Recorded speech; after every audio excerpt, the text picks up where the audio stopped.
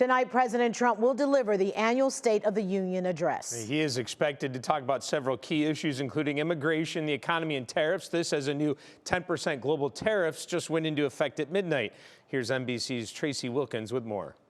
While few details have been confirmed for tonight's State of the Union address, the president's latest public comments and his posts on Truth Social may suggest what the nation can expect. There is one thing the president has made clear. It's going to be a long speech because we have so much to talk about. The latest polling showing nearly 60% of Americans disapprove of President Trump's overall performance, and more than half disapproving of key policies like the economy, international relations, and immigration enforcement, according to a Washington Post ABC poll.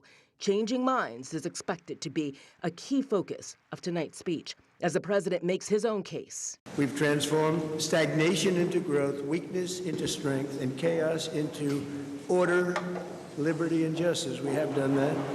Today, our border is secure. Murders are at a 125-year low. Some Democrats have said they will not attend tonight's address in protest. It's important to show the American public that someone that has led the single most corrupt government in U.S. history, that there has to be action against that. There's no confirmation on who will be the president's guests for the evening, but we do expect the Supreme Court justices to be front and center following their 6-3 ruling limiting Trump's ability to level tariffs. The Supreme Court's ruling on tariffs is deeply disappointing, and I'm ashamed of certain members of the court. But what the president's base and most Americans will want to hear is his plans for the economy, lowering inflation and prices, something the president claims he's already winning on. I have to listen to the fake news talking about affordability. I've won affordability.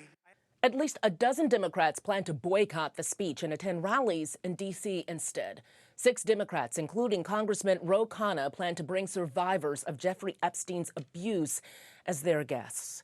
The official Democratic response will be delivered by Virginia Governor Abigail Spanberger, along with Senator Alex Padilla, who will give a response in Spanish. In Washington, I'm Tracy Wilkins, NBC News. Meanwhile, Congresswoman Shontel Brown will not be in attendance. She says she spent this past week talking to constituents here in Ohio about how they feel about this year's State of the Union, and she says the majority view is clear: do not attend. Brown goes on in part to say, quote, representation is not measured merely by being present for a speech. It is measured by whether you are willing to tell the truth about what is happening in moments that will define our future and fight to change it, end quote.